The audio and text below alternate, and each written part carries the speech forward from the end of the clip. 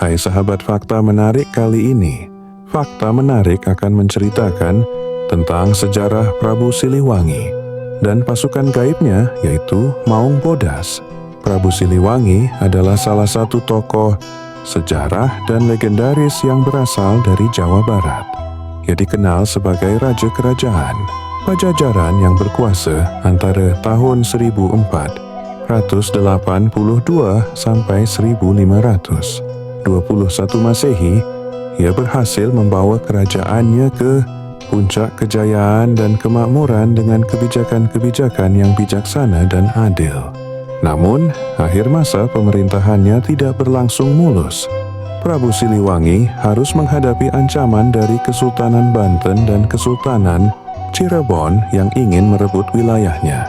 Menurut sejarah, Prabu Siliwangi memiliki nama asli Jayadewata atau Sri Baduga Maharaja.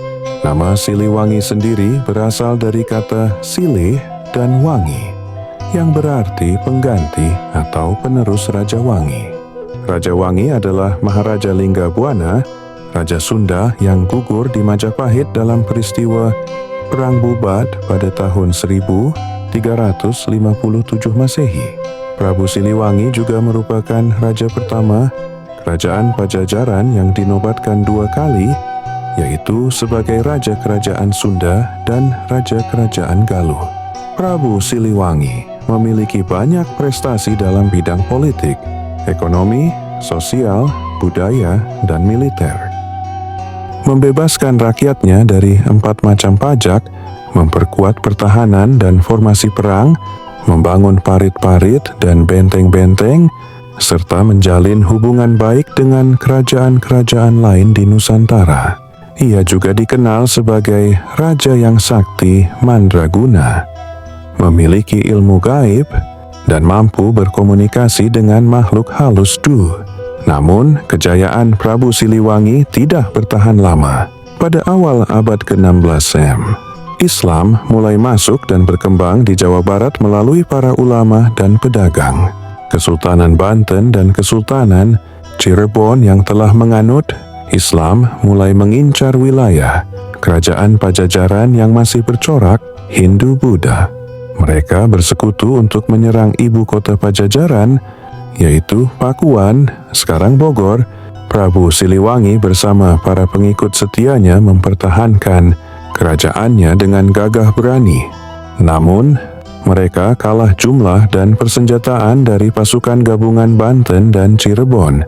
Prabu Siliwangi pun terpaksa mundur ke hutan-hutan di sekitar Pakuan untuk menyelamatkan diri.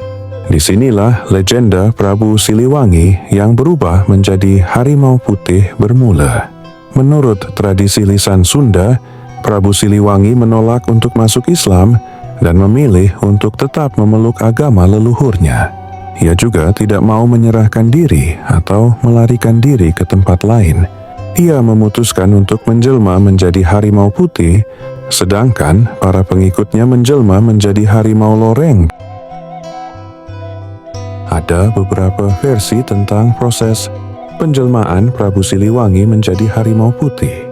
Salah satu versi mengatakan bahwa Prabu Siliwangi melakukan ritual mandi di sebuah sungai bersama para pengikutnya.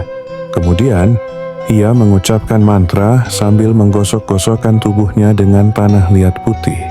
Setelah itu, ia berubah menjadi harimau putih.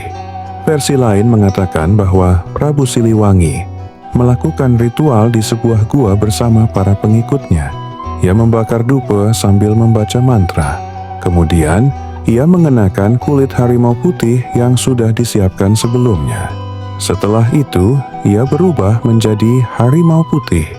Versi lain lagi mengatakan bahwa Prabu Siliwangi melakukan ritual di sebuah bukit bersama para pengikutnya.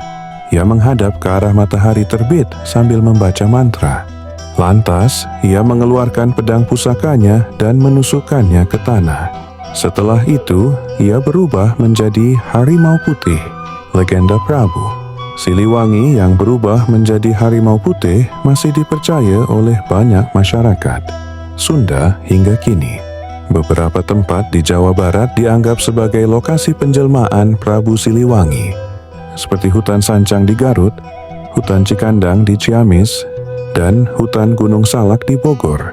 Harimau putih juga dianggap sebagai simbol kebesaran dan keagungan Kerajaan Pajajaran yang pernah berjaya di masa lalu.